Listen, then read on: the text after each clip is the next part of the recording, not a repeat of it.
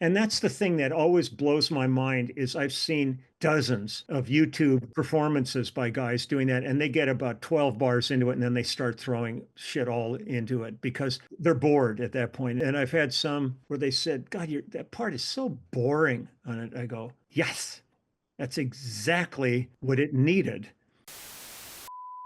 Hey guys, James here from eBass Guitar, and today is a super special video because we've just hit 60,000 subscribers here on the eBass Guitar YouTube channel. And I want to say a massive thank you to you for being part of this journey. To celebrate this milestone, I want to do something a little different. Something that shines a light on the incredible players and stories that have shaped not just bass playing, but my personal journey with the bass guitar too. So I've decided to kick off a brand new series of 6 interviews with legendary musicians and influential people from the bass world. And there's no better person to start with than the incredible Leland Sklar. And as you'll discover, this interview is super personal to me. Now, I don't say this lightly. Leland was one of my absolute heroes growing up. I remember poring over the live albums of Phil Collins, even watching a DVD where he was playing with Genesis. And there was this bearded guy just absolutely grooving. His sound, his presence, his feel, it was so impactful, and it quietly shaped so much of what I've grown to love about bass. In this interview, we deep dive into what it really means to be a bass player.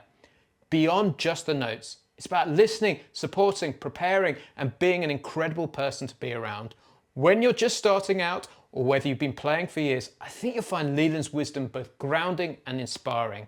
I certainly wish I'd known a lot of this stuff when I was 22 years old. This is an hour of an incredible conversation I had with him. If you want to watch the whole thing, I'll put the full version in the members area of the Bass Lab Plus, my private members training program. There's a link in the description below if you want to find out more. But let's crack on with it. Here's Leland. Leland, I've observed quite a few different sides to you. A session musician, a storyteller, a human being with an incredible conscience and incredible opinions on the world. So I'd love to start here. Who is Leland Sklar on stage, and who is he when the bass is packed away? I would tend to think exactly the same person.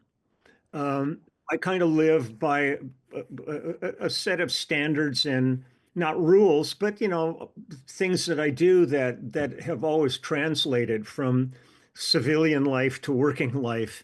When I'm on stage, because one thing I've always really tried to do is I feel a part of humanity. That's why I'm really outspoken on my social media pages, which really I get death threats from lunatics on there. So it only means to me that I'm obviously doing something right. And I've always cared about people, and I feel the same way when I walk out on stage. I'm there to not entertain as much as just bring a couple hours, no matter who the artist is, trying to bring a few hours of just relief and pleasure to people that like that artist and come to the show. And I like making eye contact with the audience. And when the shows end at this point, like I'm on tour with Lyle Lovett right now. We're out for most of the year, and I have a book and they're selling it at the merch table.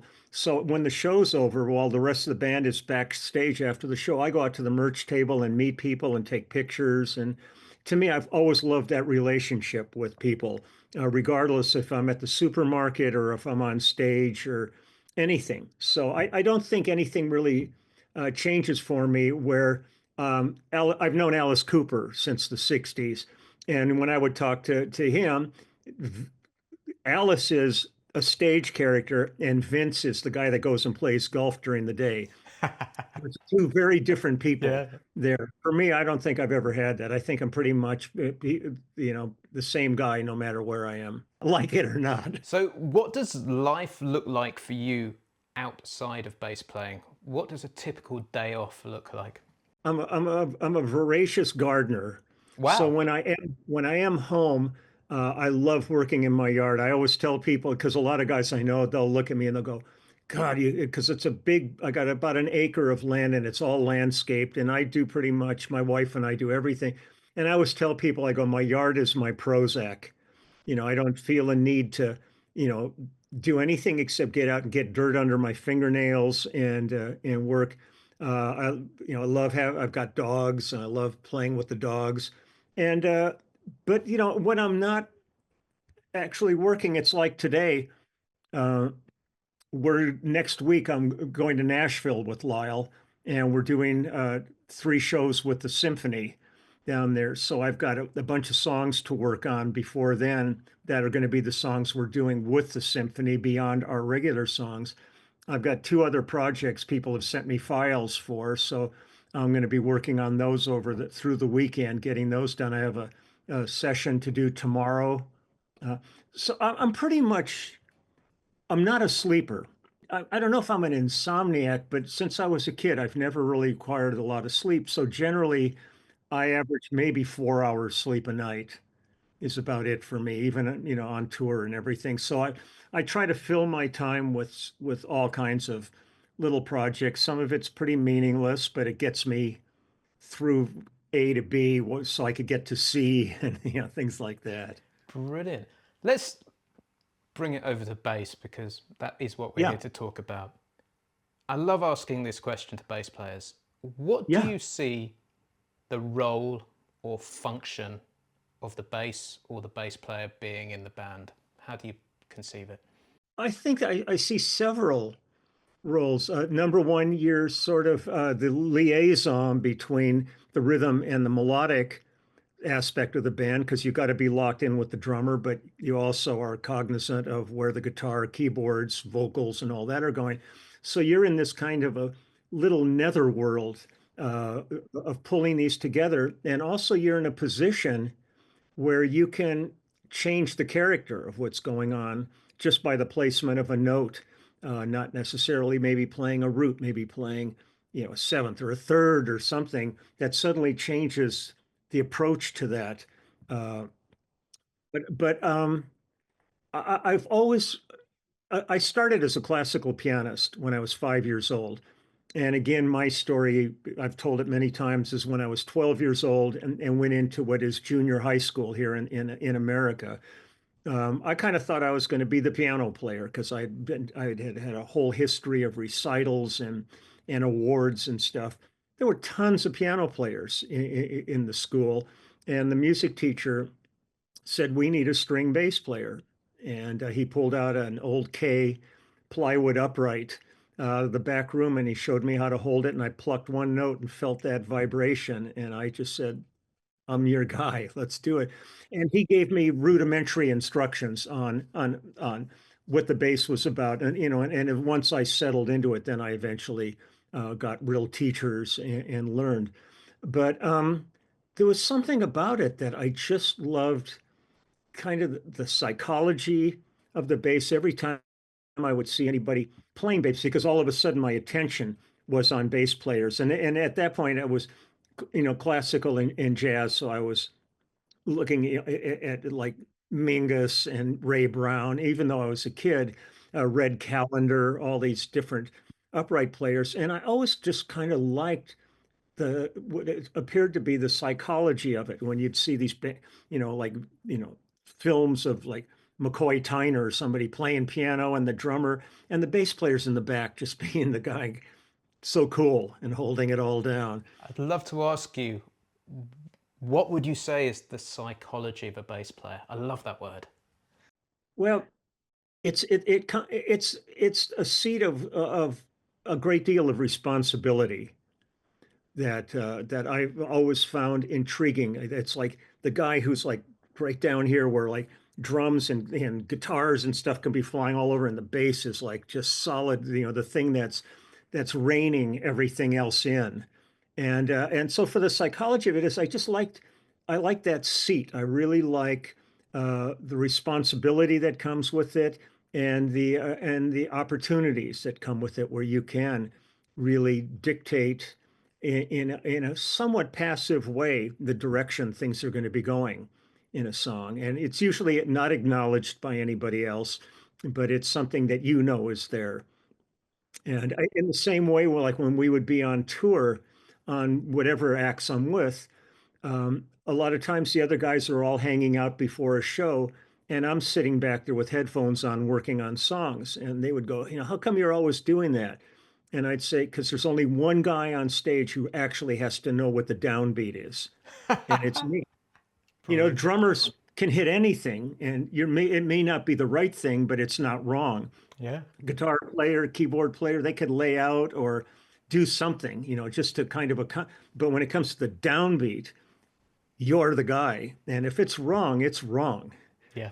So I'm pretty anal about how I love preparation. I love uh, I rehearse a lot when it comes up to tours, Yep. and I really like going in, you know, prepared beyond my parts. When I prepare, I'm also learning everybody else's parts, so that when we're out there, the funniest one of those for me was in 19 it must have been 85 when we had just finished Phil Collins's No Jacket Required album. And when that was all done, we were going to go out and hit the road the next year in 85. Well, I went with James Taylor to Rio to do the first Rock in Rio festival. And I spent the whole time in Rio learning Phil Collins material because I had never worked with him. I only knew the Right. stuff. I didn't know the songs from face value or anything like that.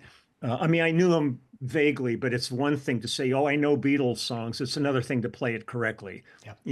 They're always there's nuances that you have to do your homework, and so I was going to be the new guy in the Yep. band at that point.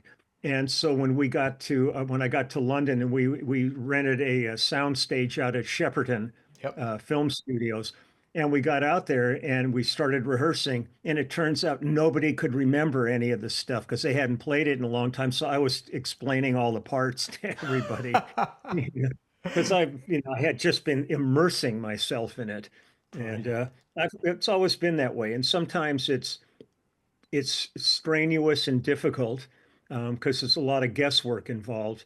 And other times I'm working with somebody like Lyle Lovett, who I'm with now, and we don't rehearse at all for our tours. The first sound check is the rehearsal for the tour.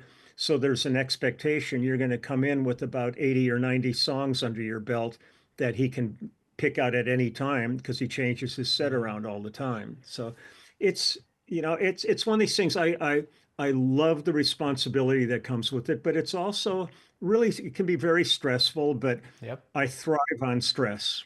Yeah. So I don't look at it as, I'm going to not do it. What I'm going to do is work extra hard to make it as right as I can.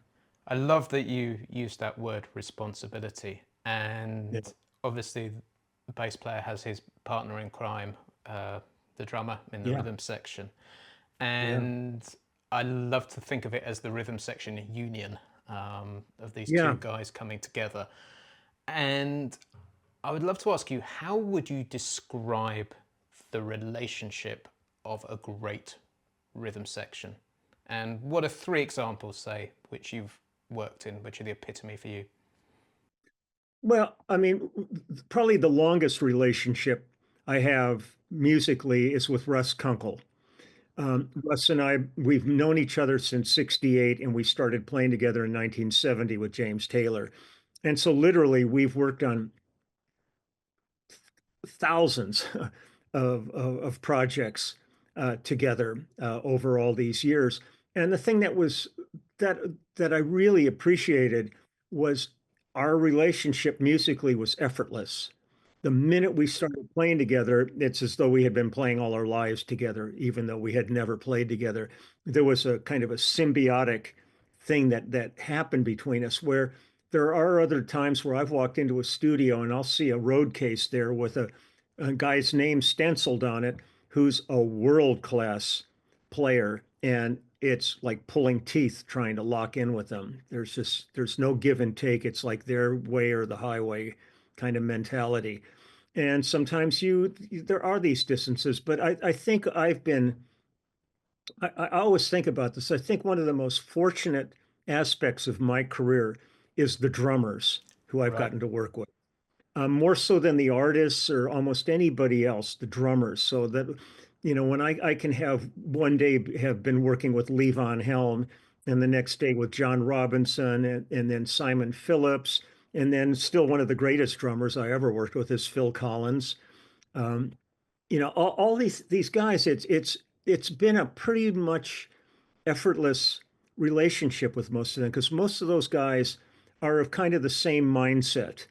And as soon as we start playing, there's no word to describe that thing where we kind of just check each other's almost metabolic rate. I mean, we just kind of come together where there are times where you're working with a guy who sits on top of the beat, and there's other guys that sit behind, or some guys like Russ tends to be his kick drum sits a little behind, but his snare's a little on top, and it comes together in a unique way that gives him his signature. But then I work with like John Robinson, and there's so many, Vinny Colaiuta, all these guys, and I really think that has really been a true blessing for me. Is every time I walk in, and there are times I was in a band in the around 1993. I was hired to play on their record, a band called Barefoot Servants, and when I didn't know the guys. I mean, I had heard of one of the guys in a John Butcher who had a group out of Boston back in the day called John Butcher's Axis, which he has since reformed. But John was like, he's like right there with like Jimi Hendrix, uh, and just one of the best singers. Well, they said we're going to rehearse for like a couple of days, and then we're going to go in and we're going to cut the whole album live. I said, great. And the drummer's name was Ray Brinker, and I had never worked with Ray before. And we went in to rehearse, and before we finished the first song, I just put my bass down and went over and hugged him. And this he's so good, and our pocket was so locked in, and this stuff was kind of like Hendrix meets ZZ Top Brilliant. sort of energy. So, but it's been all these amazing, and it started for me when I would work with Hal Blaine Yep. because I got in at the tail end of the Wrecking Crew. I got to know all of those people. So, I knew Hal and Larry Knechtel and Tommy Tedesco and Carol Kay and all of them. And you just find that the most important thing when you show up to work is the project. Right. You're not the most important thing. The other people in the room aren't the most important thing. The most important thing is the artist and the project. And those are who has to be happy when this is all over. And so we all kind of get in there, and we pretty much everybody's pretty intuitive as to what's got to happen. So we hear the song that we've got to do, and we quickly figure our parts out because most of the time you're not given parts, you're having to create parts. And and I've been like I said, very, very fortunate that most of the drummers that I've worked with, like the Jim Keltners, I mean, I could give you a list that's like ridiculous of the amount of drummers I've worked with over these decades. And we all pretty much, it's an unspoken language. We don't have to say, the only thing we might like do is talk up things like, are you going to go, or are you going to go, little subtle things within the part, but the actual performance is a given. We always pretty much find it, and one of the things I really feel is imperative is eye contact, and and because I see so many guys that they're kind of in their own world when they're in there. And like whenever I'm in a studio, a lot of times they'll put the drummer in an ISO booth so they don't have leakage or whatever. I make sure I'm sitting somewhere where where we can see each other. And because there are those moments where you just like we know something's coming up and we nail it. And you just kind of you go listen to the playback and you just go, yes. It's This that is little wry look out the side of your eye, which just yeah. gives that incredible sense of confidence, isn't it? Yep. Yep. Yeah. You mentioned the word mindset of the mindset of these great drummers. Can you elaborate on that? What do you mean by mindset? One of the things that most of the players that I'm fortunate enough to work with is uh, we're always malleable in the studio. Like, you might have your idea of how something goes. And I think in the documentary, I mentioned that briefly, where I'll work on a project and then I'll always say to them, I mean, if it's great, it's great. You find the part, turn it. But there are times where they've had a preconceived idea of how they want it to go, and you make sure that they get that. But then you also then might say, could you give me another pass? Save that one, let me try something else. And sometimes they will look at you and go, you just made the song, 'cause you took it a place that they had no expectation it was going to go, and they love it.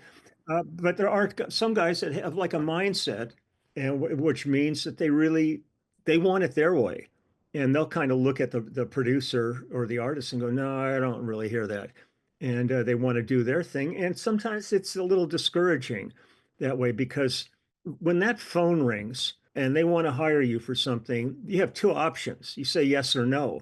And if you say yes, it comes with obligation and you want to make sure they're happy. And they might be presenting something to you that you just go, in your mind, you're not saying it to them, but you just kind of go, God, this really sucks. But you're going to give it your very best at that point. But there are times where, I've been in with a really, as we all do, you're in with a group of really great players with a piece of mediocre material, and then everybody starts throwing ideas out.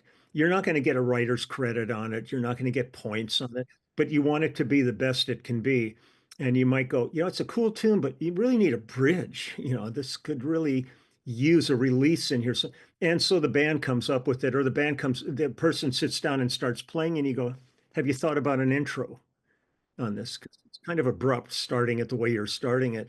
And you do things, and they're thrilled that they've gotten this input from the band. There's different psychology to all the musicians. I mean, that's one of the things to me that has kept this interesting to me after, this many decades of doing this is the fact that the job itself is cut and dry in a way of what I'm going to load an amp in my truck. I'm going to take a couple of basses. I'm going to drive to a studio. I'm going to unpack. We're going to go through all that stuff. The minute we start working on a song, it's different every single time. And that's where the excitement comes in. And I think that's the thing I've always loved is when you sit down and I would say probably 80% at least of the time, I have no idea what I'm showing up to. Stylistically, I have never met the artists. So all of a sudden there's this huge amount of input, sensory input that you're going through that you've got to kind of organize quickly in your mind because they want to get to work because there's a finite amount of hours in there and they have what they want to get done. So you've got to get, as we would say, get your shit together pretty quick in there. And it's through all the years of doing it that most of the guys I work with, I mean, I still end up working with, artists that are in their teens or their 20s. Yet, I mean, I might look like great grandpa when I show up at the studio, but as soon as the music starts, we're all on the same playing field. And most of them recognize that. And some of them, you have to get over the fact that sometimes they've read Wikipedia and all that about you, and they're intimidated Yep, by I you could understand being that. there. And so the first thing I do is when I show up at a session, I immediately go up to the artists and introduce myself to them and say, "Man, let's have some fun today. Let's can't wait to hear your music," just to set it at ease, Yep. so that we're all getting to work and that the bullshit's out Yeah. of the way, because we're Yeah. all in this game together when it comes down to it. I, And yeah, I want to talk some more about that because I got some yeah, insights from your immediate family documentary, which I want to talk about in a okay, second. But there's something yeah, I'd love to ask you going back to yeah, drummers, which our yeah, audience is beginner to intermediate bass okay, players. That's who we help here at eBass Guitar. And many of our students are just having that experience of playing with a good drummer for the first time or learning how to yeah, lock in with a great drummer. When yeah. you're playing with someone new, what advice can you give? I think the first thing is establish a relationship with them. Like, don't even play yet, just talk. See what kind of music each other likes. If you have one guy who's been listening to just classical music, and then like the bass player's only been playing classical, and then the other the drummer's like all his collection is death metal. You know, there's a pretty big chasm between your listening things, so it'll be interesting to see how that comes together. But like I said, when I show up and I don't necessarily know the drummer who I'm going to be working with, I just go up and start talking to him and just get a little bit of a hang going. And then once you start playing, I think that the most important thing is that they really listen to each other. You know, just uh, nobody's right or wrong when it comes to music. I mean, it is the most subjective art form. Uh, so, you know, you just try to see, close your eyes when you're with them and just see where their pulse is and see how it lines up with you. And if it doesn't feel good, you should not be afraid to talk and just, talk to each other and go, should we push it a little here? Or do you think we should do a fill here? You don't have to confront somebody and say, what the hell are you doing? This sucks. That's not how you move along.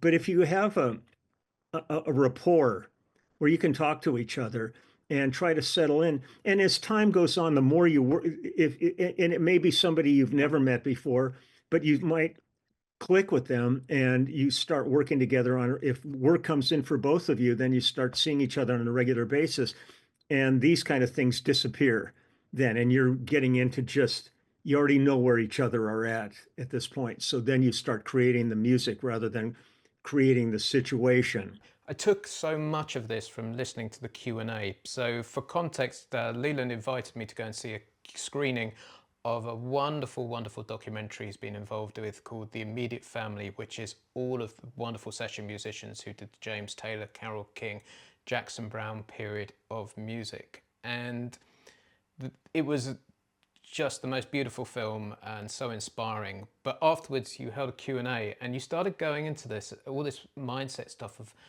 making the artist feel good. And it became so hugely apparent to me why you've worked so much, because you create this great environment for people. And also you don't seem to get hung up. My take on what you were saying is you don't seem to get hung up on the minutiae. Like points, I assume, is the American term for royalties, perhaps. Am I right there? Yeah. And so you're not hung up on whether you played a bass line which will never be heard again or one that's going to be on the radio every single day. Yeah. You're just there to do what happens in that moment. Hmm. What's the mindset? What have you learnt along the way to create that approach to working in the studio? Well, the thing is, I love working, and I really didn't want to create stuff because it's one of those things like, if you really get into this, you're going to hear a lot of nonsense during the course of like when you'll do something on somebody's record and they'll go, "You just made the record. This is unbelievable. We can't." And then if you were to say, "So how about a half a point on it?" They all of a sudden they get dark Yeah. on you. You're talking about taking, and it can turn ugly real fast on that. And I've always kind of looked at it as, I feel like, I make a fair living doing what I do. I love what I'm doing. And I really don't want to. I mean, there's times where I could have said something maybe, and I might have made a whole lot more money on something, and they would have been happy to pay me. It's like I look at like having done, Spectrum with Billy Cobham, and when we cut Stratus, all of a sudden you had Massive Attack completely sampled the bass part on it and had a huge hit record. Well, I didn't get paid anything from Massive Attack for using my bass part, and if I would have maybe gotten a lawyer involved, the lawyer could have made some money. I probably wouldn't have made any money on it. It would have just created some weird bad vibe, I guess bad the will. way I look at it is you're playing a hugely long game, 50 plus years now. But if you'd gone into battle with Massive Attack for that sample, if Massive Attack ever actually wanted to use you on the session, that's never going to They wouldn't. happen. No. And so I, you're, yeah, I kind of have looked at my career as, it's, you can look at the old Aesop's fable of the tortoise and the hare. And I'm really happy to be a tortoise. I don't need to go like have my career go up and down like immediately. I really like the idea that 55 plus 56 years into working almost daily. Um, And that to me is the thing that has really been the most satisfying part of is having longevity in a business that can be a flavor of the month. And Where people, I've known so many players that have come and gone yeah, in this business because they got burned out, they got frustrated with it, they weren't willing to kind of move with the times. So all of a sudden, they were kind of going, that was cool in the 80s, but it's really not fitting right now. I'm try to stay very cognizant of um, it's like I've always had kind of a little bit of a mantra for myself was don't become an old fart. Sitting there, talking about, well, in my day, because I've done so many sessions where I'm with a young artist, and I'm not going to sit there and talk to them and go, "Oh, you should have been here when we were cutting analog on 16 on." I'll go through that whole thing, but you just sound like you're an old fart out of touch with like contemporary technology. But if they say, "Could you tell us about what it was like?" then I'm happy to share all my experience with them. But I'm grateful, every day, somebody's and I do all kinds of crap. I mean, I do cameos for I got turned onto the Cameo site, so I do those all the time. And uh, yeah, I enjoy being engaged um, with people and with music. To me, it's one of the most remarkable communities in the world, is both as an artist and as one who appreciates, because most of the fans that I have know so much more about what I've done than I do because I'm just doing it, but they've scrutinized and studied and they'll throw out all kinds of stuff at you and you kind of go, God, I hadn't thought about that kind of moment. yeah. So one of the other things I took from the immediate family was that you guys were just as happy being studio musicians as you were being live musicians. And maybe in the previous decade before that, you'd been musicians that were one or the other. And so you did both of those roles, it seemed. Yeah, So you've been around the globe countless times now. yeah. What have the trade-offs been for living that life? Home, family. I mean, it's very hard. I never had children, Right? so I didn't go through the turmoil that a lot of players I've worked with have gone through in terms of uh, really regretting long term that they didn't have more time with their kids. They missed a whole lot of important milestones in a child's life. Uh, I've been fortunate that my wife is I've known my wife since before I met James Taylor. So Wow. I mean, we're married 54 and a half years right now. So she's kind of seen it all, and she enjoys kind of the fruits of my labor because she doesn't work, and just kind of has her own life that she likes to do. And then when we would be like with, Phil Collins, we'd be in London for a couple of weeks, or we'd be in Paris or place. If I'm in a place for a week or two, then she could come out there and hang out and then see one show and then go off and do whatever she wants to do. Um, but that probably is on that level, it's probably really just the stability of your home life. I love driving, and as soon as you're on the road, you're not driving anymore. You're being driven. Um, there, the things in your life, the tangible little objects that you relate to every day are gone, and you end up creating your own. And sometimes, I mean, I've done some tours where I was gone almost a solid year. And that's a long chunk of time to be out of the loop. And you come home and you've got to figure out that your home has adjusted to you not being there. So you have to kind of ease your way back in and not impose yourself on your life. You have to kind of ease back in the door. But the flip side of that is you get to go out and play music for people all over the world. And the beauty of that is that you go to countries where you have no common language and no common experience. Yet when the concert starts, the audience is singing along. They've learned the songs phonetically.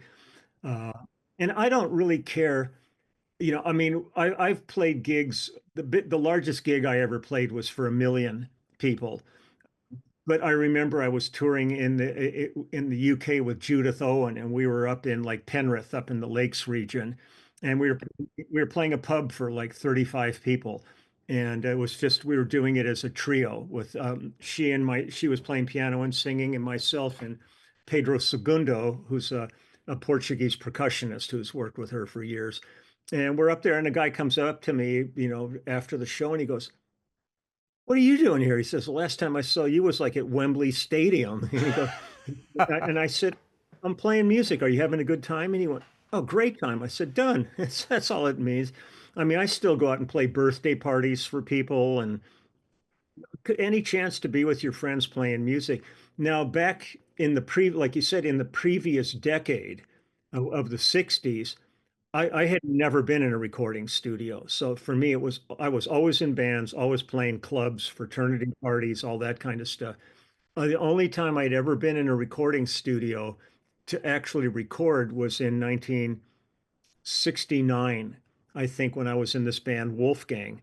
And we went in the studio and cut like 9 song demo that never even got finished.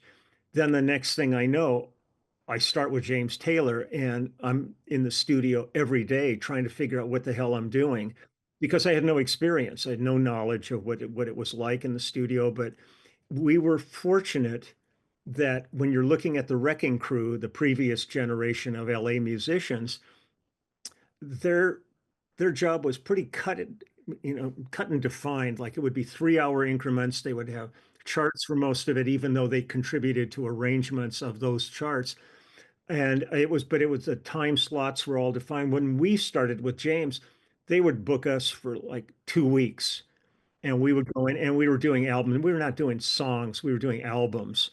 So we were spending a lot of time. So you had time to kind of cultivate your skills at that. And we were all neophytes at this. We were all young, inexperienced players, and so we were all learning on each other's shoulders. And we had maybe producers who had had a little more experience that were helping guide things. But it was a hell of an educational experience. So we were mixing it up. But the thing that was two things that happened then that were really interesting that had never happened previously to the previous musicians was, and pretty much we owe this all to Peter Asher, who was half of Peter and Gordon, who were part of the English invasion back in the 60s.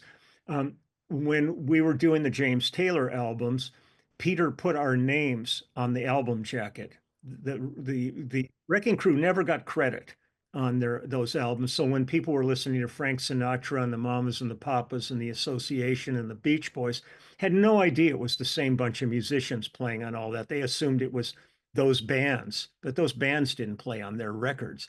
So all of a sudden, with the advent of the singer-songwriter movement coming in on James's coattails, uh, the artists or producers would be reading those album credits and they'd see me and Russ and Cooch and everything, and they would track us down and hire us to do it.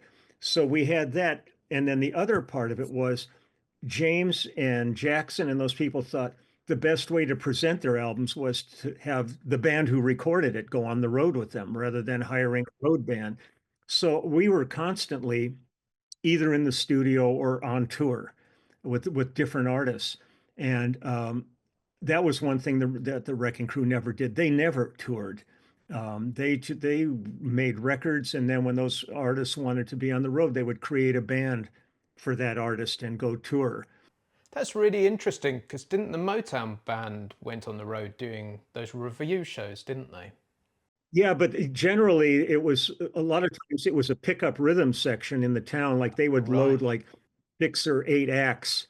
You'd have Martha and the Vandellas and the all these different acts sitting on a bus, and they would get into the town, and each one would go out and play like 3 songs in a show, and they would have a local band, play with them, or because most of those were singing groups with us. And some of those bands also they could play. Beach Boys could play, but when it came to being in the studio, they wanted this stuff like that, where they don't want to spend time with these guys trying to figure it out. So they would bring in these musicians that could literally knock things off in 1 or 2 takes and done. It was good. So I've got a question for you that's fascinating me. That your initial studio experience was, say, 2 weeks in the studio with James Taylor. And it doesn't sound like there are any particular time constraints, quite an Yeah. organic experience. And then you've done the work where the dots come out, it's red light on, 3 hour session, go, and you've got to deliver. How Yeah. did you go from developing from those sort of organic skills to those real, like, you've got to deliver type skills? Um, well, we knew we had to deliver even in the organic situation. It wasn't flippant at all. We weren't casual. But what that did was, since these were like new artists too, like James was at the beginning of his career and all of us. So it gave us time in the studio rather than looking at a 3 hour increment. We had days to like let a song evolve. We would maybe cut it. Some of the things we would cut at the beginning of the project, we might go review and cut again towards the end of it just to see how things had evolved during the course of the week or two that we were in the studio.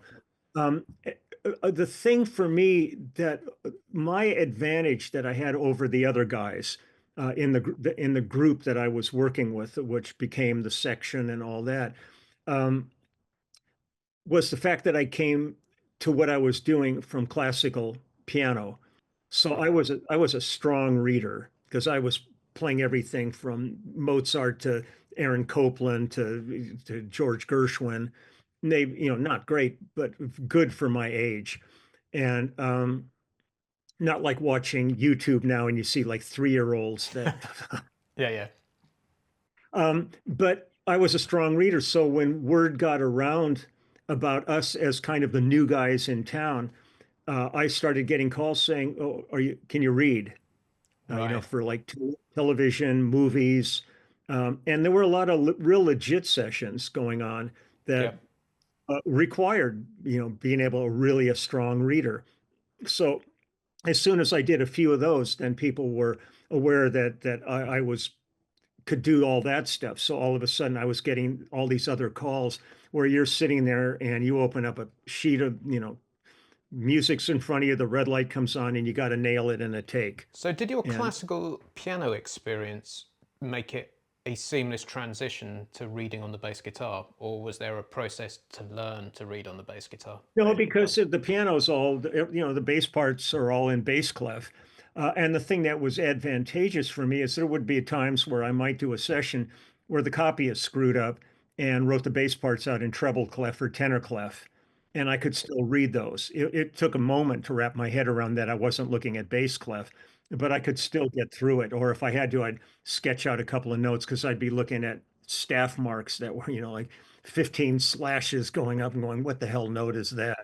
I'm not that proud where I would sit there and go, oh, I can read that. I'd go, give me a moment, you know, and I'd sketch out the right part for me. But but it was great because it opened me up to entire other culture in the LA music scene because there's a lot of players that I would never work with in doing a James Taylor record, who are the guys that are doing all that. So I ended up with all kinds of avenues of work going on because I had made all these connections with other players. In the same way, I spent years going down to Nashville and doing country records in Nashville. I did probably 500 albums in Nashville. But during the course of being down there, I ended up being hired by the contemporary Christian artists when I was there. And I'd go in and I didn't recognize any of the players, even though they all lived in the same town, because the country guys were doing country records and the Christian artists were doing the Christian records. And I was like always this kind of guy in transition between everybody because I embrace work. I don't embrace genres or any of that kind of stuff. I mean, if I show up, I can bullshit my way through a reggae session, even though I'm not Sly Dunbar and Robbie Shakespeare.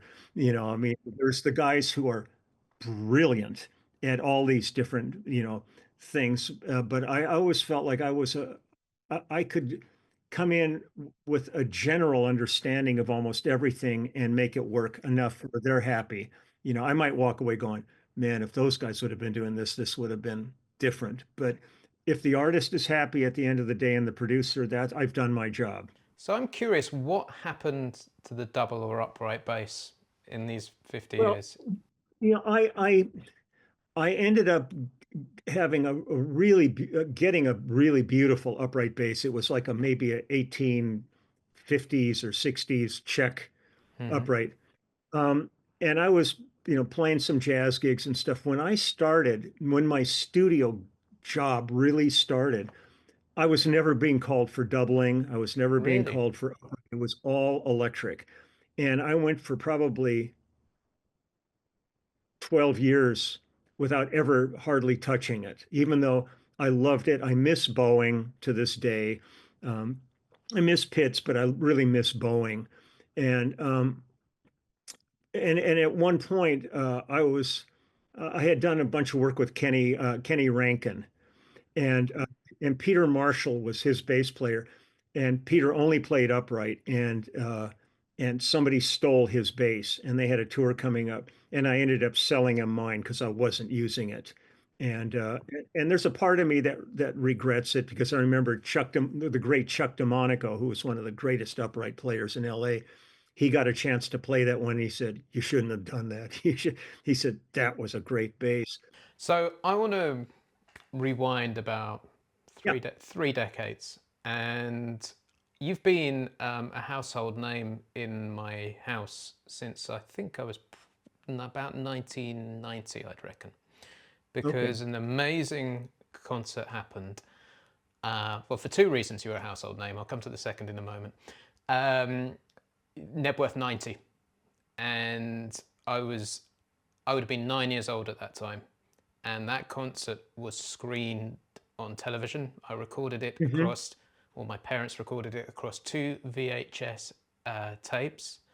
I can even really remember. I can remember some of the commercials in between it as Right. well. It was that ingrained, um, and I think that was where the bass came on my radar. And I've got three bass players I remember so clearly from that show. There was you, there was Nathan East, and he's an incredible dancer on that show. And Hey, there's not me. yeah, and there's Guy Pratt Yeah. on that show, and I think that was my opening to the world of bass at that point.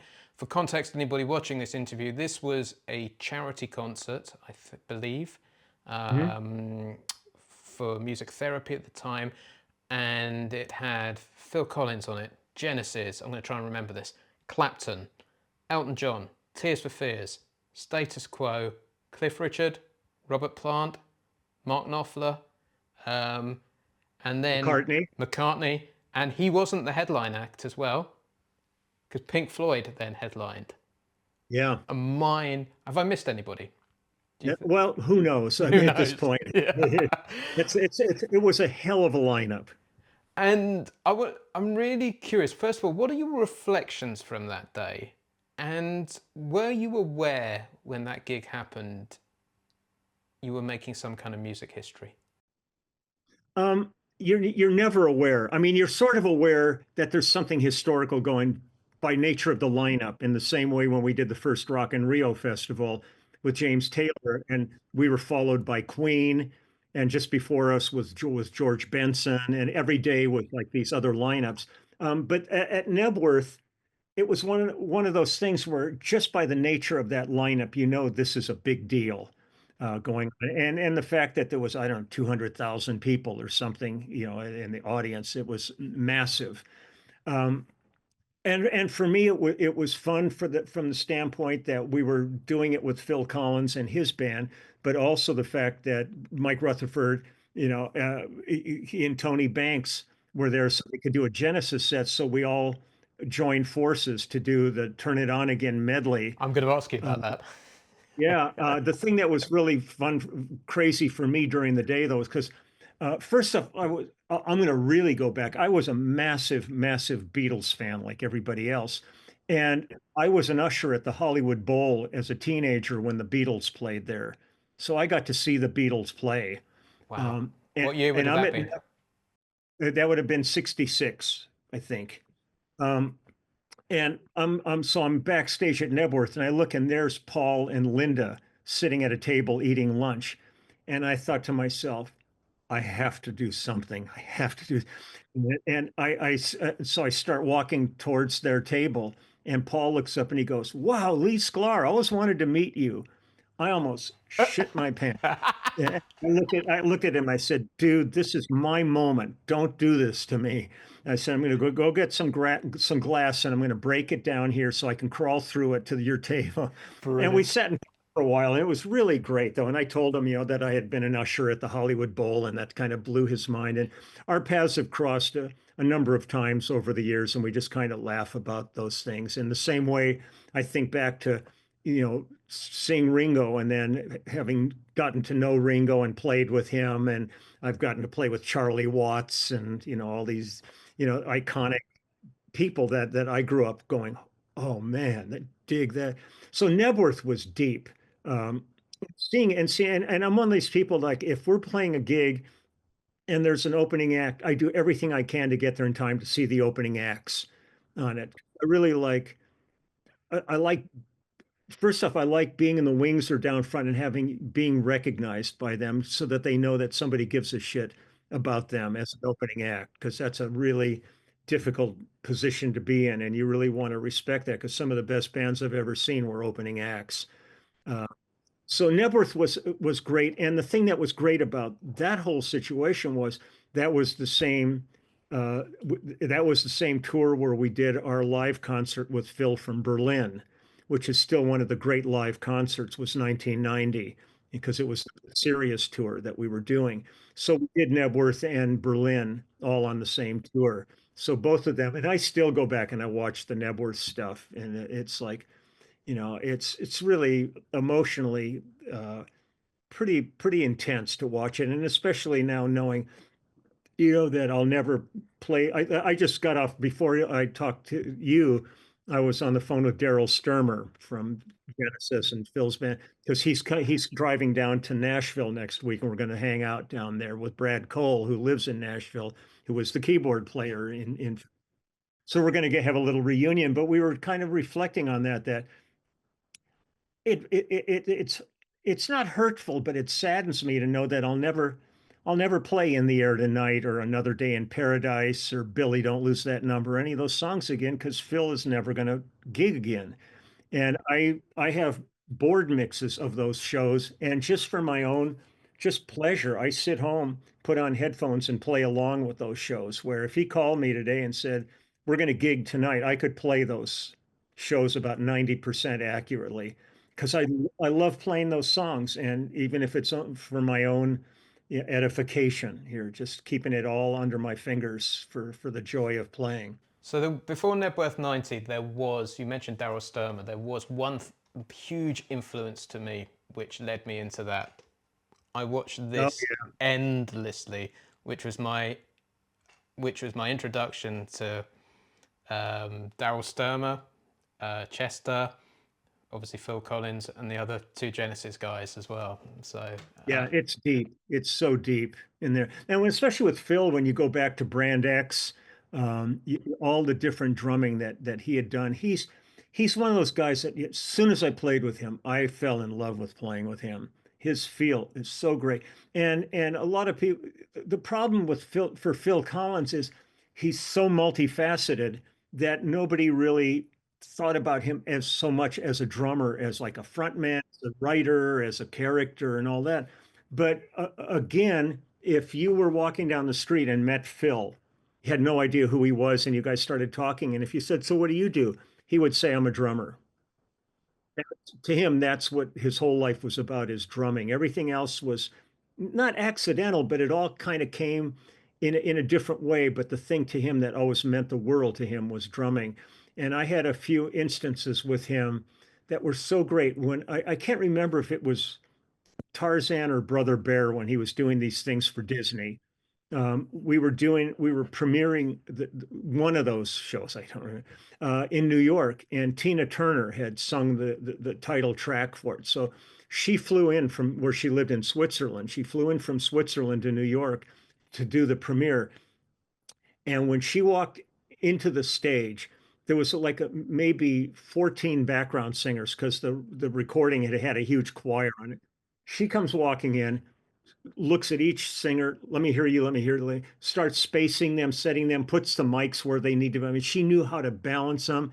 She took completely over, and Phil was playing drums on that.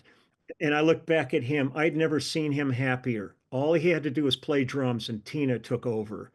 And it was really great because otherwise he would have been having to do all that stuff. But I look back at him and he was so content just to be playing drums on this stuff. So, I miss that stuff with him, but doing things, I just discovered a video. To me, that's one of the best shows I'd ever seen. I had no idea it existed.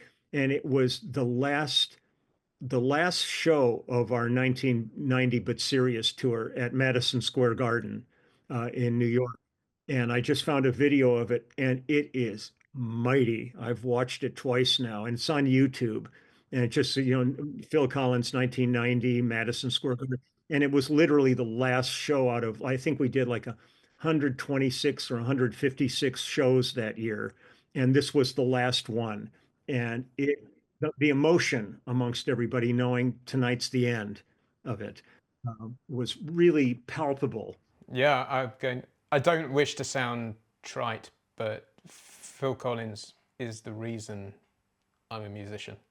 That Yeah, was it's not trite at this all. this video was the catalyst for everything, and then Knebworth 90 after that was the next catalyst. And But I'll tell you, to be sitting at Knebworth, during that show and watching Pink Floyd and Wing, because it with McCartney, it was Wings on that show, and Page and Plant and all these other band, Elton and everybody. It was like you were just sitting there. You felt like you were in a musical tsunami. It was just overwhelming how much talent was pouring off that stage. And yeah, so I look back at that and all those kind of situations where you can, because at the end of the day, regardless of whatever success I've had in this business, I'm still fanboy. And whenever I see any of these other acts, man, I am like all over it. I just, I dig them. I still like when I hear recordings that I've played on, I never sit and judge the bass parts on them. I listen to them as a whole and can sit back. I remember I was part of a thing where they had the advisory board back in the days of Bass Player magazine when it was a print magazine. And they had, so every once in a while they would do a column that said, Ask the Advisors. And it was Will Lee, all kinds of guys. I mean, it was like a dozen of us on that thing. It was just, like, I don't know why they did it, but whatever. But one of the Ask the Advisors questions on one was, if you could go back and change any of the stuff you've done, what would you do? And each of the guys had a long paragraph of songs saying how I would do it different now. And then I looked down, and there's mine, and it said nothing, I love it. because that's the way it is. Something I played on in 1974, if I was asked to recut, in fact, I went through that. I ended up recutting Stratus with David Garfield. And it's a totally different, not a different vibe completely, but it's a different performance. And so one of them was 1973 and the other was probably 2013. And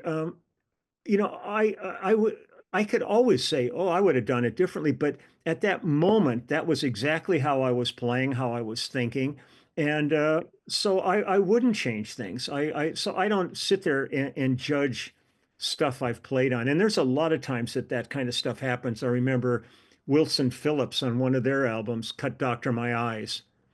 And we changed it completely from Jackson Brown's version of it. Yet when we got together doing with Jackson a few years ago doing Playing for Change for one of those big global things that they put together.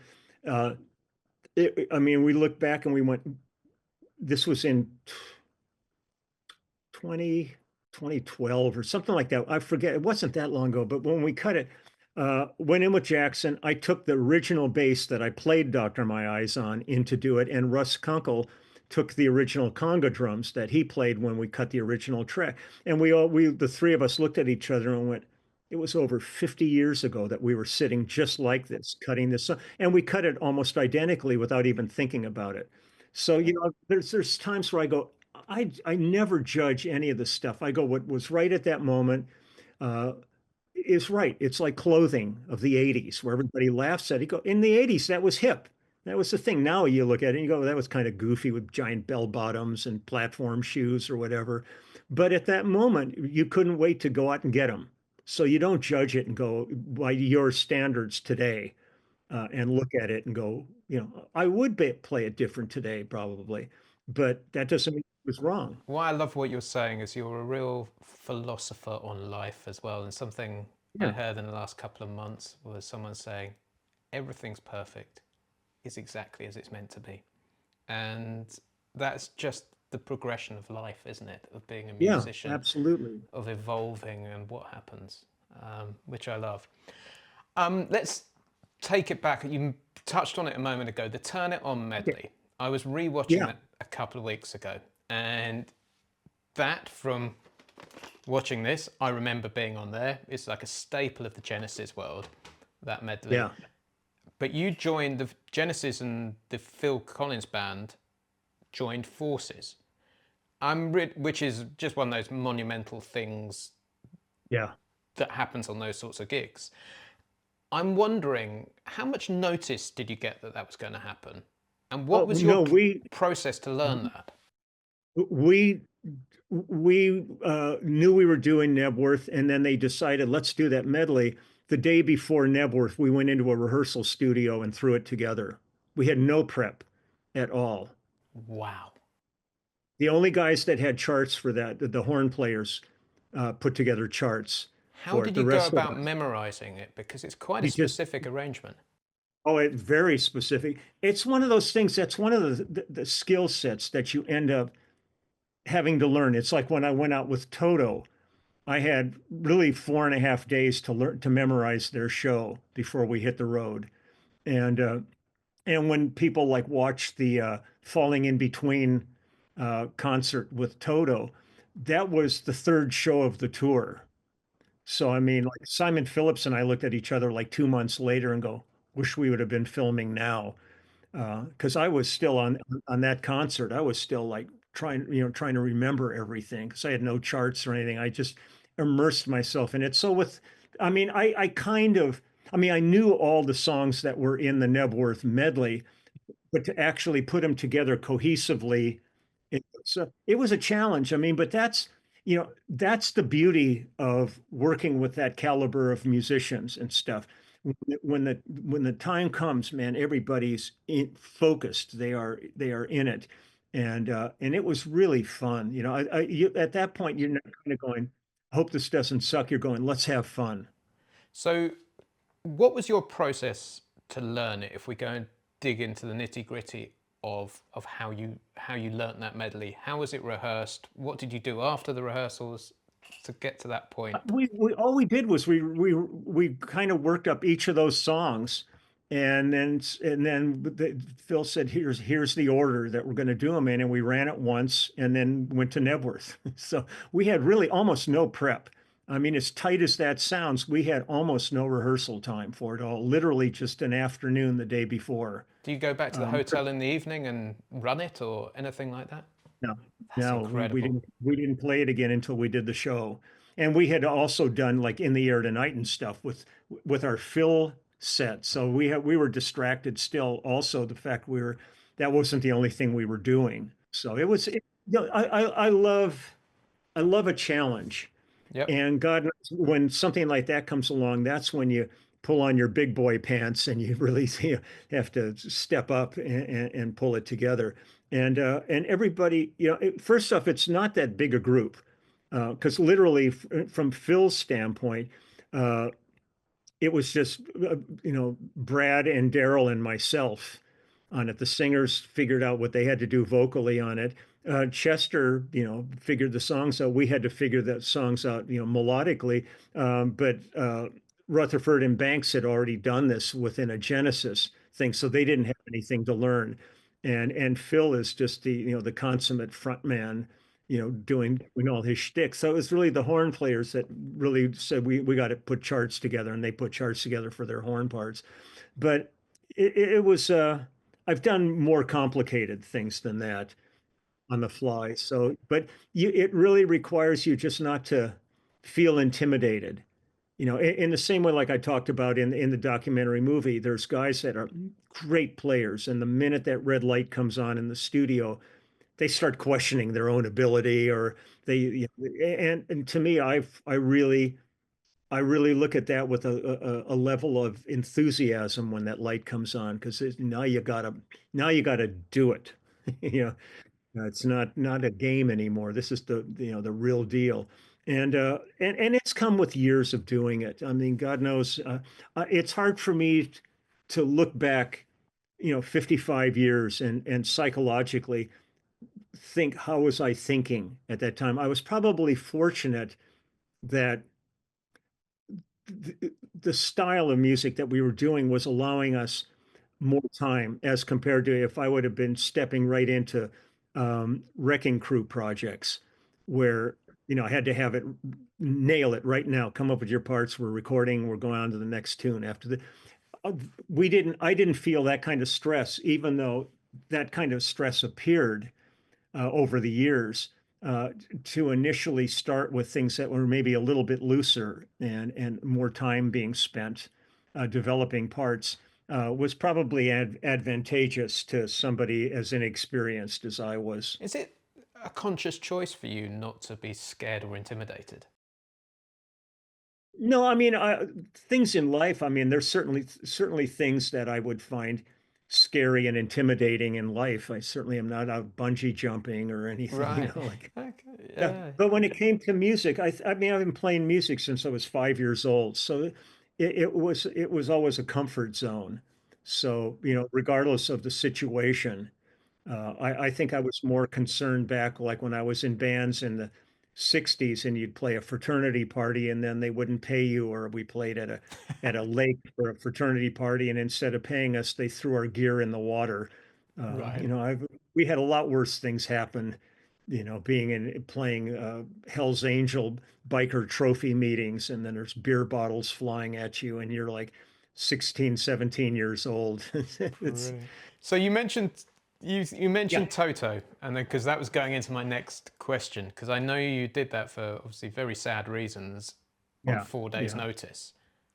yeah. How do you learn something as complex? Is there a process to learning that, And or what I did was, they knew the set they were going to do. They had already been on the road, but just Mike was at that point too ill to continue.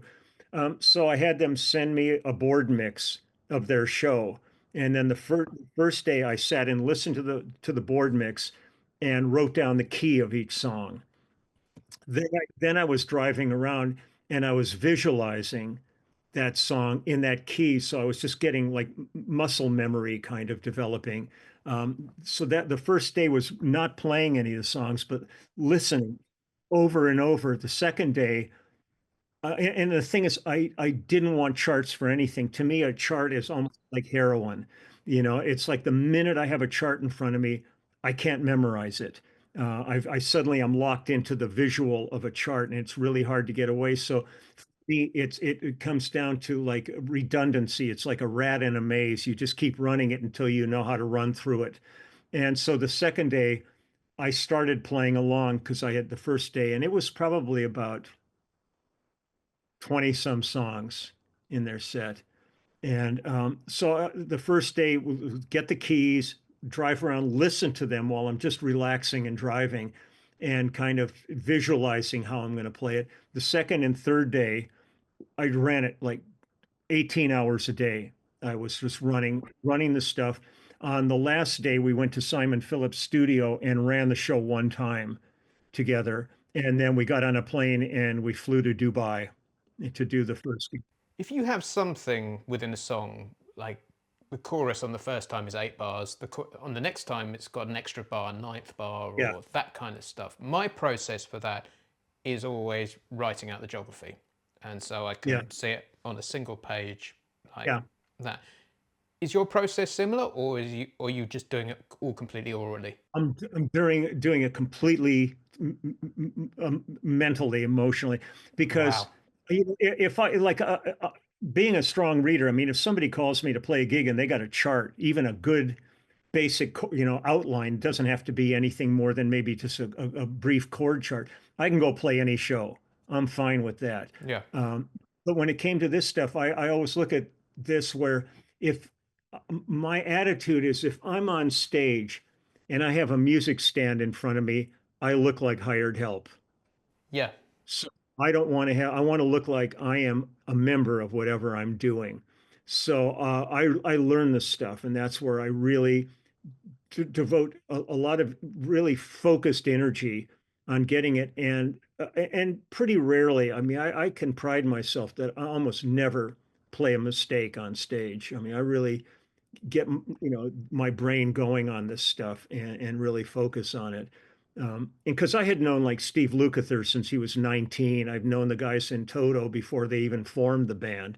So I mean, there was familiarity as friends. I didn't have to overcome anything there. And it was Mike who called me and asked me if I would take his place on the thing because he said I can't. They didn't know what he had at that point. They thought it might be lupus or something. They hadn't fully diagnosed him. And but Jeff Porcaro was one of my closest friends, so I've known the Porcaro family forever and stuff. So, but that was probably the most challenging thing I've really ever had to face was putting there because it'd be one thing if you get called by BB King, let's do a blues gig, and just say it's a shuffled in C, fine, I'm with you.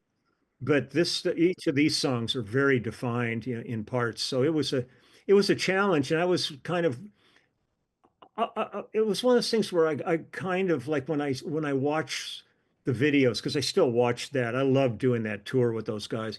I kind of just go, it kind of blows my mind that I pulled it off because it was such a challenge to learn all that. I don't take it lightly, but it worked out great. So So the reason I'm the happy. reason I'm asking this is because in 2 weeks' time I'm going to do a tour in Canada with a Celine Dion tribute show that I've been Oh, great. doing here in the UK, and it's all charted. And what you say, the charts are like heroin, and you can't get away from them if you're going to Yeah. be reading it. And it's so fascinating to hear you say that. And I've got 12 dates out there, and my goal is to play it like a gig because I Yeah. know that it's going to be an immersive experience if I do that. A bit much more emotionally deep, and I will be able to find elements of my playing that won't be there if I'm interpreting what's on the page. Yeah. And that's the point I want to get to. And so I've been going through the process of doing it, and it's so interesting to hear that you go straight to visualization and playing. I go right to performance. Yeah, I have an intermediary step of writing a single page chart so I can understand geography and just Yeah. harmony and that kind of stuff. But here's the really interesting thing is about, I got a wireless system for the first time about 6 months ago in my career. Hmm. And I use it now in this studio to practice. And I'm putting these songs off and going walking around the room. And what I'm doing in that moment in time is I'm visualizing the audience. I'm Hmm. visualizing what's there. I'm putting myself in that emotional space. And I find it absolutely fascinating that you have processes similar-ish to that. It would be great to be able to get like some of those, cameras, those, like Yeah. the AI stuff and have an audience in it and be walking around the room like you're looking at an audience visually while you're playing. I mean, I do all kinds of stuff like Yeah. that. There's times where I'm working on stuff and I'll learn it in a pitch black room where I can't Wow. see the instrument where I'm just trying to like be able to get through it with my eyes closed. Because I to the point with the shows where I almost never ever look at the bass while I'm playing. It's always like making eye contact with the other guys in the band and the audience, and but it just so much of it is really just repetitive action, muscle Yeah. memory. Um, I, I, for me, it's a difficult thing where if I hardly ever play anything twice the same way. If I'm on a session and suddenly we do a song and we come back from lunch, I can't repeat what I played before lunch. I'm in a different headspace at that point, where other guys I know are so methodical in their playing that each time they play it, they can play it the same. Like the kiss of death for me is if I play something and they go, let's double it. And then I'm screwed because what I just did spontaneously, I'm going to now have to be doing punching in every few bars to double it because I don't think when I'm playing. I get into a different, I'm not intellectual in my playing. I'm more visceral. Yep. As soon as we start a song, I'm in that zone. And I've done things in the past where I had a Carl Thompson piccolo bass. And I did projects where I would play regular bass and then double with the piccolo bass, putting like a little chorus on it or something like that. So you sounded like an exotic eight string on Right. them with, but I really had to think in advance that that's what I'm going to do on this one so that I would create a part that I knew I could double rather than Interesting. something that I might not have played it quite that way had I known that was going to be the only bass part on it. Interesting. Interesting. Because I went through that a lot. I worked with Billy Thorpe. We did an album called Children of the Sun years ago. It became a huge cult thing, and I've got a lot of that on his album of doubling all my bass parts with piccolo bass. And Interesting.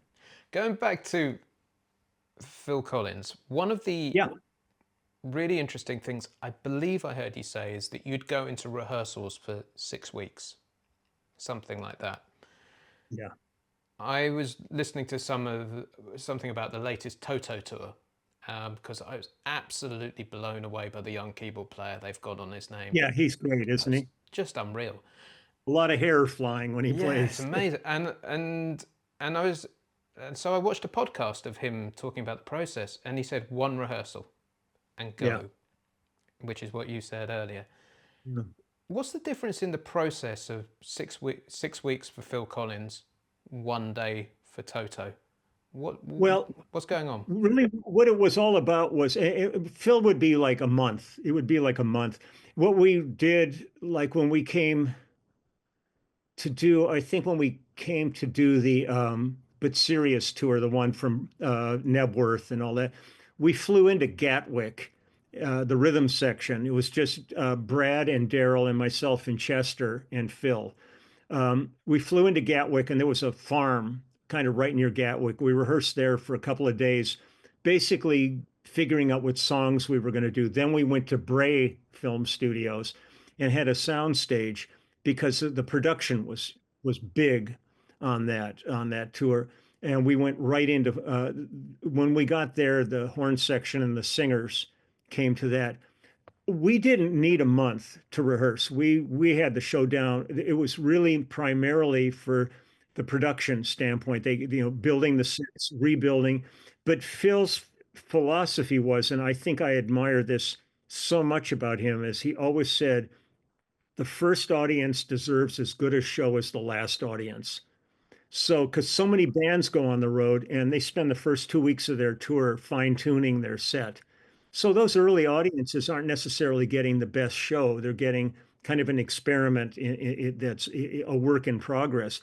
And I remember one of the things we would do in the last like 4 or 5 days of our rehearsals with Phil, we would invite people to come down and watch the rehearsal and talk to them afterwards. What was working for you? Any dead spots? Any kind of order?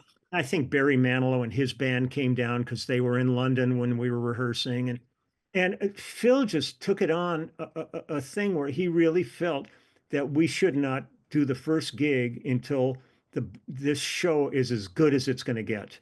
And where like when we go out with Lyle Lovett, there's zero rehearsals for his tours. The first sound check is the rehearsal for the tour.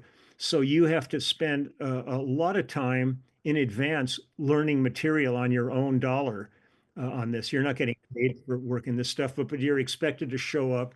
And then when he calls the tune, pretty much you need to know all these songs. So you might be sitting home practicing 60, 70, 80 songs that might be played in the show. So everybody has their own methodology. And also when I look at somebody like Lyle, um, when we do our summer tour, there's 15 guys in the band. And so we almost have no days off on the tour because 15 people sitting in hotel rooms on not making any money, they're getting paid for that time. So it eats into the budget. So we'll end up working a lot of shows in that to make it financially feasible to have 15 people on tour, where when you were looking at somebody like Phil and they're playing, stadiums and stuff, they're making a ton of money, so they can afford to have a month of rehearsal where everybody's getting paid, but they're not making any money because they're going to make so much money during the course of the tour, and that's why, one tour you're driving in old funky buses, and the other tour you're sitting in a private jet. I mean, it's the nature of how the business works. So it's all predicated on that. So the other reason you were a household name in my family was my dad is a musician too, and in 1973 he bought this album here. This is an original vinyl, and Great. he's asked the question, can you talk Mhm. through some of your experiences and recollections from making this album? Easily, easily. I was in a band called The Section, which was James Taylor and Jackson Brown's original band. It was Craig Durgee on keyboards, myself, Danny Korchmar, and Russ Kunkel. One of the tours we did was in 1970, late 72, I guess, or beginning of 73. We spent 5 weeks on the road opening for Mahavishnu Orchestra. So I became friends with McLaughlin and Billy and Rick Laird and all the guys, Jan and Jerry. It was a fabulous experience. When that was over, we went back to like working with James and Jackson. Well, I got a call from Billy who said, "Look, I got a record deal, and would you come to New York and work on my album?" Because we had hit it off on the road so well. And I said, "I'd love to. Are you kidding?" So I flew back on a Sunday night, on a Sunday, got in like on a red eye, uh, went to the studio at the crack of dawn on the Monday morning. And we were at Electric Lady Studios in New York and went in, and there was, Billy all setting up and Jan setting up.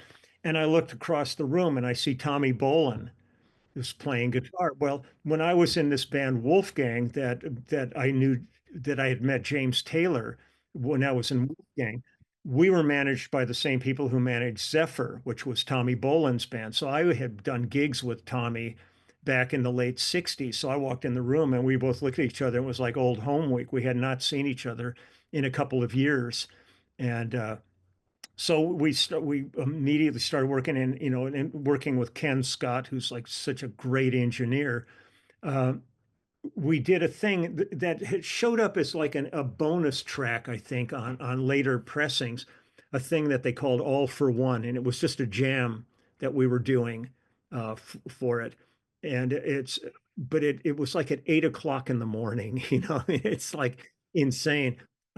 So we recorded all day on Monday and all day Tuesday, and we were done. We finished all the tracks in 2 days, except for the two tracks that they did with the big band and Ron Carter played upright on those two tracks. Um, Robert Moog was hanging out at the studio because there's a bunch of little interlude things where you hear the drums going. They sound almost like a sample and hold sequencing, and that was Billy playing Moog's original electronic drums on that. Yeah, and then at one point also, I think the second day, um, at Sam Ash Music, which was pretty close. That's on 48th Street, where all the great music stores were around the corner from the studio. Gene Krupa's old Chinese crash cymbal was always on display, hanging on their wall, and Billy lusted after that. And finally, um, they let him borrow it for the session. Uh, he had it set up, and the first time he rode that cymbal, I was looking in the control room and Ken Scott was levitating and his hair was sticking straight up. It was the loudest thing you ever heard. I'm sure every meter was pegged at that point. And what they ended up doing was putting that cymbal way behind Billy with no microphone on it. So when he wanted to ride that, he would just reach back behind him and be playing it. There was so many moments in that we pretty much survived those 2 days. There was a place called Orange Julius in town that was kind of a little stand. There were in LA, and they made orange and strawberry Julius's, which were a drink. And we all liked that. So we were like kind of living the whole day on strawberry Julius's. And then when we finished the second night, we went to an Indian restaurant called Nirvana, which was on Central Park South. But it was way up on top of a building overlooking the park, and we just kind of wound down in there eating Indian food. Um, but it went by so fast, the whole project, that you almost had no recollection of it. I didn't really remember much until I actually heard it finish. And one of the weird things that I found a box in my house years ago, and I was looking through it, and one of the things that was in that box was the original test pressing of Spectrum. So it was maybe played one time. It's got notes written on it, and just it's like just a priceless little memento of the project. But and the hard part for me was at that time I was using an amp called a Univox, which was like a little tiny combo amp that had I can't remember if it was, I think it was a 15 probably. I was set up like right near the drums. I could not hear a note I played because Billy's kit was so loud.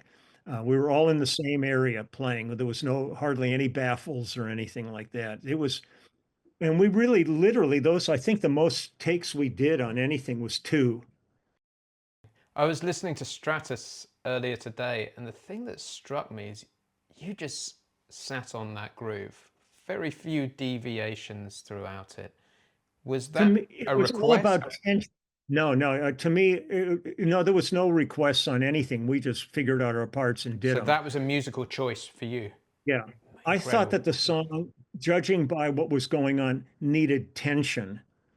And so to sit on that lick for the duration, except for those couple of da da da da da da da, those couple of times that little lick happened. Other than that, and that's the thing that always blows my mind is I've seen dozens of YouTube performances by guys doing that, and they get about 12 bars into it, and then they start throwing shit all into it because they're bored at that point. And I've had some where they said, "God, that part is so boring on it." I go, "Yes, that's exactly what it needed on it was this kind of just this thing where everything was swirling around it."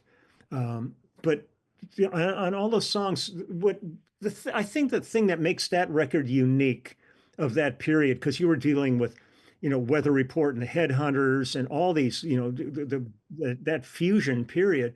The thing that made this one work so well is the fact that Jan and Billy were coming to this from a jazz fusion mentality, and Tommy and I were coming at it from a rock fusion mentality. I mean, his guitar playing on that is not like the fusion guitar players. He's a raw rock guitar player. I mean, he was like James Gang and Deep Purple and all that stuff. And everything on there's no overdubs on the album. All his solos are all live on it. There was not one punch on it. So there was a kind of a brutal energy that was involved in that, unlike a lot of other projects of that period. And that's why when I listen to it now, it still feels as fresh today as it did in 73 when we cut it. The other thing that struck me listening to it was how far music had come just in a decade. I think it felt like how fresh and modern Billy Yeah. Cobham's playing was, and like your bass sound, and like it's totally different from 10 years ago. Yeah. It was totally different than 5 years before that. I mean, you're looking at that when you're looking at like James Taylor's, all that stuff started in 1970 and right up to that point. You had the Beatles and you had the English invasion and all that, but something really quantum different was starting to take place. And I think that was one of the reasons that number one, the group of guys I was with were fortunate that we were in LA, which was really the epicenter of kind of new music starting to happen. And we had aligned at that point with James, who was really kind of the figurehead. Had James not been that guy and it had been somebody a little more mundane or something, could have changed the whole face of music. It was like a perfect storm that was taking place. And wasn't just kind of singer-songwriter folk things. You had, the whole Eagles, Poco, Burrito Brothers, the bands that were coming out of that. Um, and a lot of really progressive rock was coming out of that period too. A lot of really adventurous players were evolving out of that. Where LA was a magical town to be in those early to mid '70s. Was pretty alive. And lots of clubs where people were playing all the time. You go to any club. I mean, I remember going and I would see Jimi Hendrix playing. I would see, Chicago when they were CTA, all these different groups were playing clubs around town. So I sat 10 feet from Jimi Hendrix watching him play. It's like, Amazing. I'm going to skip to some questions from our yeah, community because I've sent great, out an email asking them. The first one comes from Sean, who's one of our coaches, wonderful bass great. player. Her main gig, believe it or not, is a Phil Collins tribute band here in the UK. Oh, great. And she has asked me this question, and I'll read it word for word. As someone who tries to imitate his lines on stage, she's very modest, she plays them brilliantly. What is the number one priority in approaching Phil Collins' bass lines? Hmm. I guess just, pay, respect them. I mean, they're defined, it's not a jam, so they're pretty defined. So if you really listen to the music and lock in with the drums, because on the recordings live it was always Chester, but on the recordings it's Phil on that. Just really that relationship of bass and drums really helps define those songs because there's not that much on his records beyond that. You had some guitar and some keyboards, but the dominant real relationship on his stuff is bass and drums on Yep, so many of those things. So I would say really be with a drummer who you really are of the same like mind that you really lock in together.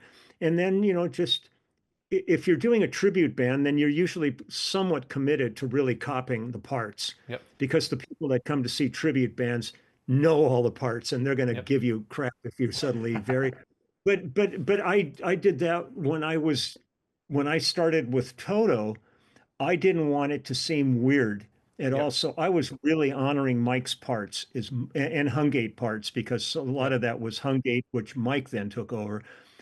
Honoring those. And then as the tour went on, I kind of made some of those things a little bit more me, even though the three of us, stylistically, we weren't that far apart. So it wasn't like a huge chasm suddenly developed. But I thought the most important thing when I came in there, it was going to be alarming enough for fans not to see Mike up there, but to see me up there. yep, But musically, I wanted the stuff to feel great for the band yep, too, that they were going to still be in their zone and I was going to be keeping the same pad under them. And as time went on, I was able to mess around with some of the stuff and make it a little bit more my own. But Phil would be the same way. You really, get the parts down as best you can as the way the recordings are. yep, And then if you find a moment in there where you want to throw your personality into it, go for it and the main thing is have fun yep, with stuff. You're suddenly like worried about every part and all that. It's not fun anymore. But if you can get the essence of the song and the hooks and yep. stuff, and other than that, let maybe throw something in that makes it you, do it. Let's move on to our final question. This has just been a Okay, magical time talking to you.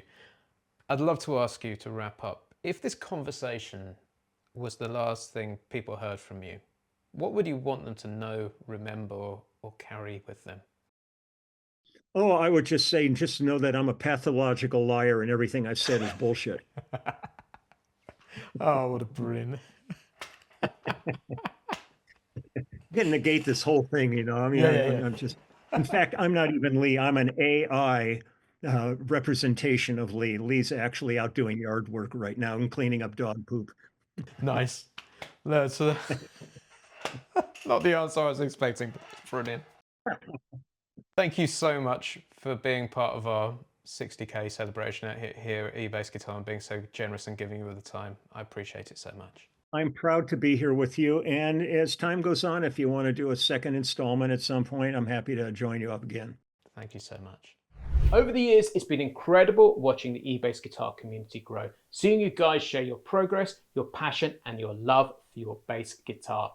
And I'm so grateful to have been a part of this and to share some of the great information that I've learned over the years. And to say thank you, we're running a very special giveaway just for you guys. Whether you've been here since day one or whether you're brand new, you're invited.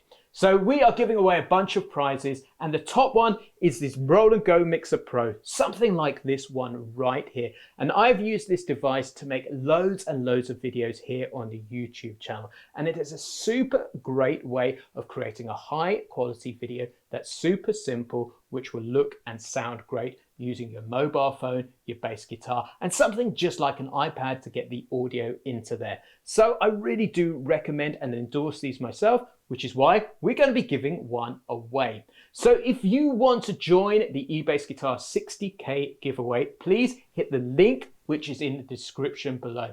And thank you for being a part of this world. Thank you for being part of our first 60K. And here is to the next chapter in our bass playing journey together. So hit the link, which is somewhere around the video, to join our giveaway. Now, thank you so much for watching. How incredible was Leland Sklar? This was part of a 2-hour conversation I had with him. If you liked it and you want to watch the whole thing, I've put the full video in the Bass Lab Plus in the members area eBass Guitar. This is just the beginning of a new series here on the eBass Guitar YouTube channel. I've got 5 more conversations lined up with players and people from the bass world who have had a massive impact on how I think about music and the bass guitar. I really can't wait. But I also want to hear from you. Who would you love me to see me interview? Drop it in the comments below and let's keep the conversation going. And of course, if you enjoyed this, give it a thumbs up, hit the subscribe button if you haven't already done so, and I'll see you in the next video. Cheers, I've been James from ebassguitar.com.